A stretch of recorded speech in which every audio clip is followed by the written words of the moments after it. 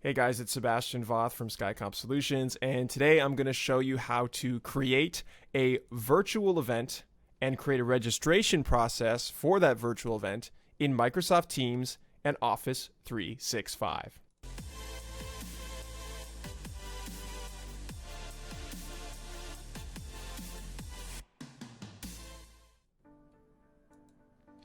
All right, let's jump right into things. We are going to show you the step-by-step process to creating a registration form and getting people to register for your live event using Office 365. You have to have a couple things open to begin with, just to make the process go a little bit faster for you and just to make things a lot easier for you in the long run. So I'll just quickly go through that. The first thing that you're going to want to have open is your calendar in Microsoft Teams. So go ahead and open that. Then you're going to want to have open your Outlook calendar. This is really important. You'll want to make sure that that's open in your calendar section. Great. And that can be in the desktop app. That has to be in the desktop app. It's really important that it's there. And then you're going to have your a SharePoint folder, and I would label it something webinar assets around that. You can call it what you want. And you also want to make sure that it's not a private folder. That's key because you want to be able to share this out to Power Automate. So if it's a private folder, it probably will break the link somewhere along the line and it won't work with Power Automate. So you really want to make sure that's a public site or a public folder within your organization. Okay. And then you're going to want to have Microsoft Forms open. So be ready to create a new form. And then, of course, what brings us all together is Microsoft Power Automate. And we created an article on our skycomp.ca/learn page. You could be watching it here. And if you need to have more clarification on a certain step that we go through today, you can just look down, scroll down to the article, read about it, check out the pictures, and you'll probably understand that more. And if you like what we're doing here at Skycomp, you can head on over to our social media channels at Skycomp IT across the board on Twitter, Instagram, Facebook, everything. And you can just give us a subscribe, a like, a comment, and let us know that you're enjoying these tutorials. So yeah, we're on our way here. You have everything open. Perfect. Let's jump right in. You have all your different tabs open. You have your calendar, your folder in SharePoint, Microsoft Forms, and Power Automate, and your desktop app of your Outlook calendar. So everything's open, ready to go, no problem. Now we're going to go to the top right-hand side, and that little drop-down arrow is going to allow us to create a live event. And now, before you get into creating a live event, you probably have already set up your presenters and everything like that. You have them all kind of booked ahead of time.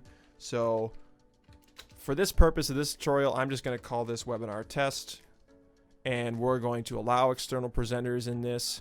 We can invite a presenter. So if you already know who your presenters are, you've sent them a separate maybe calendar invite just so they've booked it in.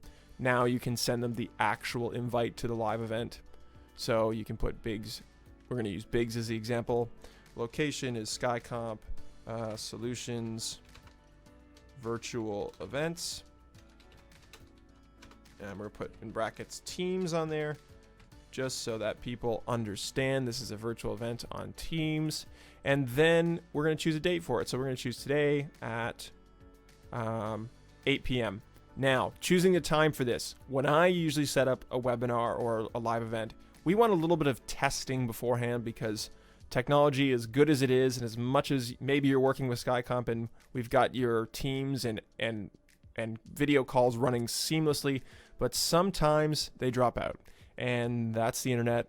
That's working with technology. It happens. As much as you can try to prevent for that, it's going to happen. So we prepare for that by adding an extra half an hour before the webinar. And that just allows for us to set up things ahead of time and call the presenters in, test a couple things. Testing is always good. So we're going to say 7:30. So they're going to get a notification to join the call at 7:30, which is perfect. And then beyond that, we're going to go to, it's going to be from 8 to 9. So we're going to say 9:30. I give a half an hour after the event, so if it goes over time, you're not getting a notification to say your event is ended, you should end the call. Like, it gives you a little pop-up window. I just like to avoid that, make things more seamless, more professional looking for all the presenters that have joined in. And most webinars tend to go over time. It's just the way it goes with questions, with a Q&A feature. They always go over time. So no big deal. We're working through it. Yeah, just giving yourself that half an hour buffer on either side, not a bad idea. Eastern Standard Time is perfect. Now, you can provide details about the event here. I'm going to skip it just for time purposes. So we're all set up. It looks great. We're going to hit next. Now, your live event permissions, you want to make sure that this is public. That's really key. And we don't want the recording to be available to attendees. We want to be able to edit that, send it back to them later. That's always a good thing to do as well. We don't want to send the raw recording out to our attendees. That doesn't make sense. Always want to bring that back and edit it. Attendee engagement report. I've done a video on that. It's going to be in the description. You can see what information you gain from checking that off. And then we're going to add the Q&A feature, of course, because we love to hear audience engagement. And after all, that is what a webinar is for. So Q&A features enabled. Perfect. Everything's great. So we can just hit schedule there. That's going to build that event out. Perfect. You don't have to close this window. All you want to do is hit get attendee link. So we're going to copy that to our clipboard. That's important. This is now for the Outlook invite that we're going to send to all of our attendees. Very important here. So we can close that now. We've copied that. Now the next step is to open Outlook. Head on over to today. Create an event on Wednesday. We don't want it to be all day. What do we say? 8 to 9 was our webinar time. Now this is for the attendees. So we want to give them the exact time. Before in Teams, when we did the buffer, that's for the presenters. So this is for the attendees. We're going to call this webinar event. Okay, Skycomp Solutions virtual event so that they know it's in Teams. And we have that attendee link copied in our clipboard. So we can go ahead, insert a link. We can say join event now. Your personal join link. Just making it abundantly clear that this is how you join. We can paste that address in there. So now they can click that and we can paste the link in as well. We've created this event. No, we don't want to make it recurring. Another thing that we can think about adding is editing your reminder. So you can choose to remind them an hour before. Maybe it's a day before so they don't forget about it. I'm going to do a day before. I'm going to do an hour before. We can hit File, Save As, and it's going to save as an ICS file. This is the next step that you want to do. This is what you want to. This is the kind of file type that you want. We're going to go to our desktop. We're going to save that ICS file. Oh, did it go to 8 a.m.? Classic. We're going to switch that to PM just so it lines up properly in our tutorial. There we go. And we're going to hit File, Save As. And it's the same file. We're just going to replace it. So make sure that your times are right. That's a good thing to catch, to look for, because you don't want to send out to all of your attendees that it's at 8 a.m. and not 8 p.m. That would be a big fail. So make sure that that is correct. And with saved it as an ICS file again, we can close that out. Yes, we want to save our changes. Perfect. We can minimize that and we're back in our calendar. You can see your webinar event is built out by Teams, so that's there. Now, the next step is to go over to your webinar assets folder in SharePoint. We're going to go to our desktop here and just drag over that ICS file into that folder. There it is. Perfect. You could even go as far as just hitting copy the link just so you have it. We'll just copy that. Perfect. And that's great. So now that step is done. So we've done the Outlook. We've set up the Outlook event. We've set up the Teams event, the live event. That's the most important part.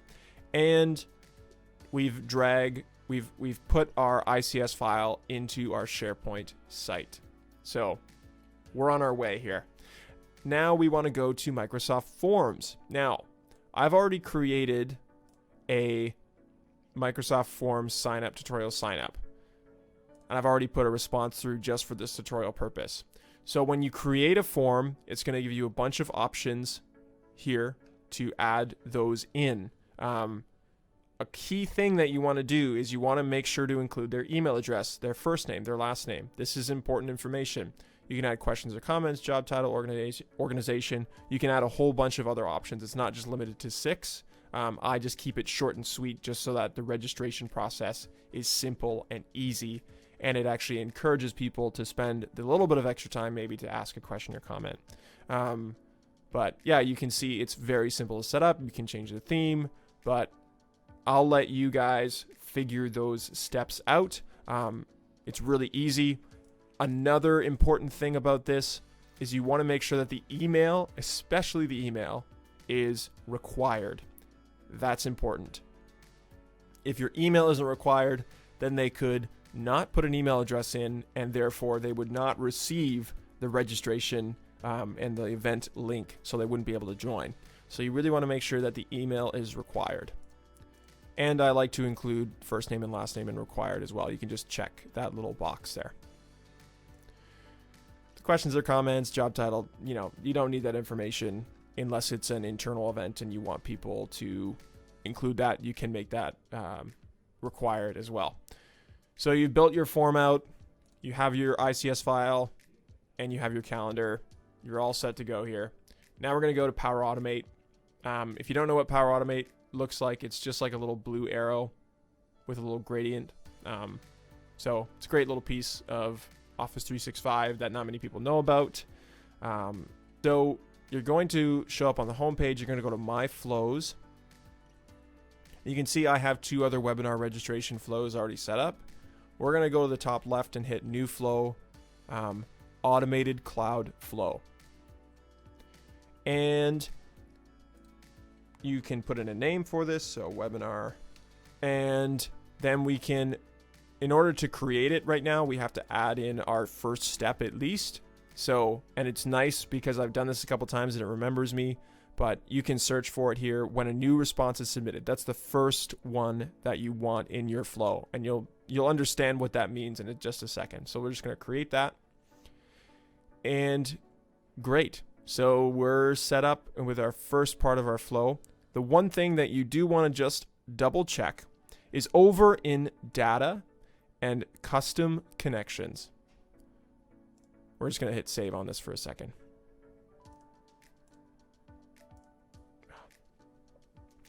One thing that you want to check before getting too deep into the flow process here, you just want to make sure that you're connected to the proper account.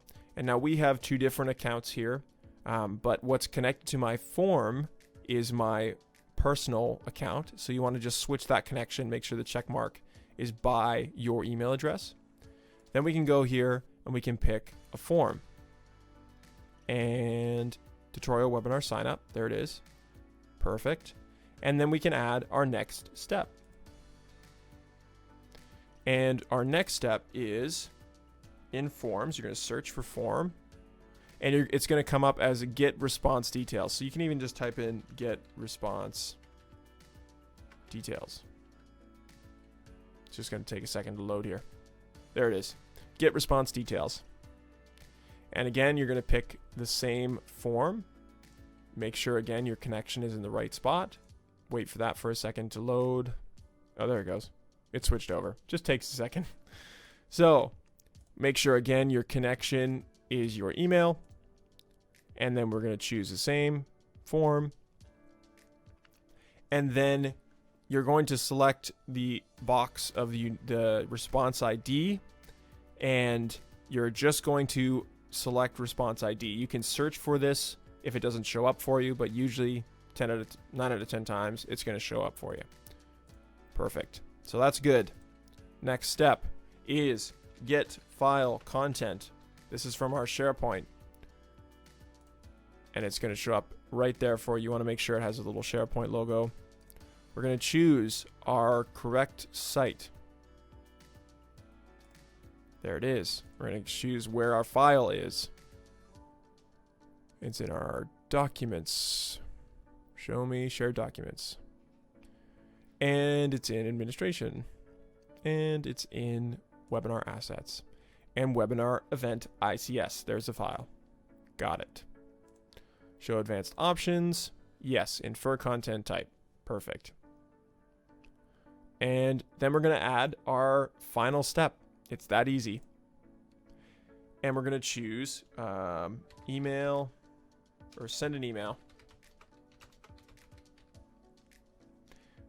Office 365 Outlook version 2. Perfect. And then this is where things get a little bit more complicated. You can hit show advanced options to show more options there.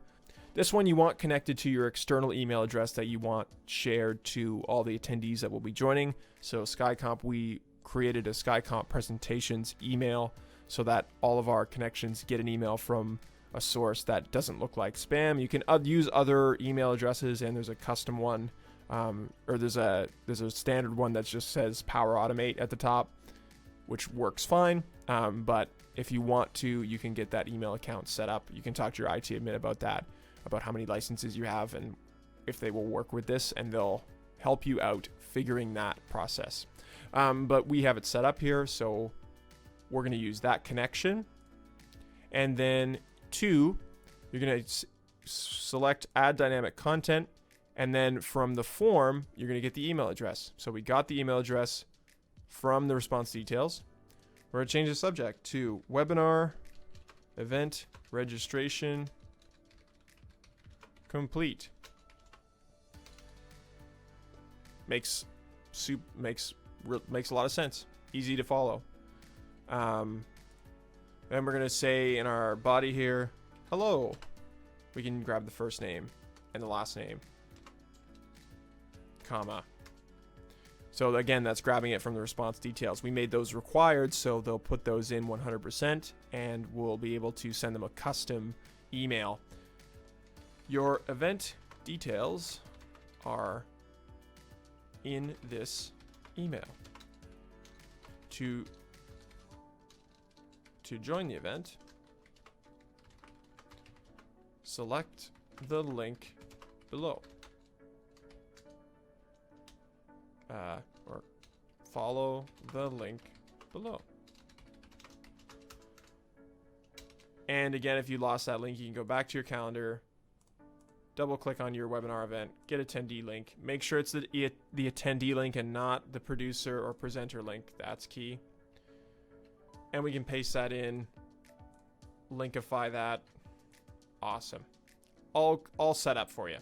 If you wanted, you can also hit code view here, and that allows you to embed HTML code and make custom designs, and so you can really customize this. For this tutorial, I'm just making it super basic. So yeah, we're going to send as Skycomp presentations.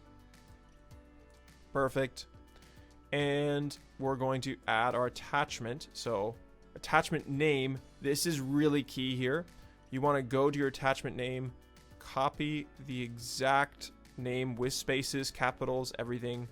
Copy that, go over to the attachment name and paste that as plain text, just so that the name is right, because it won't work. It'll break the flow if your attachment name is incorrect. Then we're going to add attachment content. That's where we link the file content that we grabbed from get file content in SharePoint there. So that's your ICS file going to be attached to this email so that they can double click it and add it to their calendar. There we go. Importance. I like to mark that as high. And then reply to email address. You can put your own email address in there if you want people to see a reply to email address. You can just leave it blank and it won't matter. But there we go. There you have it. It's all set up. You can hit save. And now flow is really great, and Power Automate's great because it says your flow is ready to go. We recommend you test it. you'll see in Flow Checker, you'll see a bunch of errors show up if something's not working right. It'll tell you, so it won't let you go through all this process and then it won't work. So the way that we test it is pretty fun. So all you have to do is go to your form, just go to share your form, copy that share link, paste that into your browser. Then this is what the registration form will look like to your attendees. So when you send it this link, they'll click this to register for your webinar. And we're just going to put sebastian@skycomp.ca. And we're going to put Sebastian and Voth. And I'm not going to fill in the rest of the information just to save time. We're going to hit submit. And there we have it. So our response was submitted. And now, how do we make sure that the email came to us and it worked and sent the correct information? Look at that. I just got an email notification. There it is. So this is what your attendee will see. They'll see a link to join the meeting right away. So they can save the email to join the meeting later. They can also double click on this. And it says, add this internet calendar to Outlook. Yes. And it adds this appointment from 8 p.m. to 9 p.m. Join now, your personal link, so they can add it directly to their Outlook calendar or Gmail or Yahoo or whatever they're working with. So there you have it. That is a basic overview of how to create a registration process for your Teams live event using Power Automate and Office 365. If you'd like to watch more videos about Teams live events, we have a whole playlist and 3-part series right here. And if you'd like to watch other videos about solving technology, you can click over here. Thanks again for tuning in, staying with me, listening to me ramble. It's a great time, and we'll see you next time.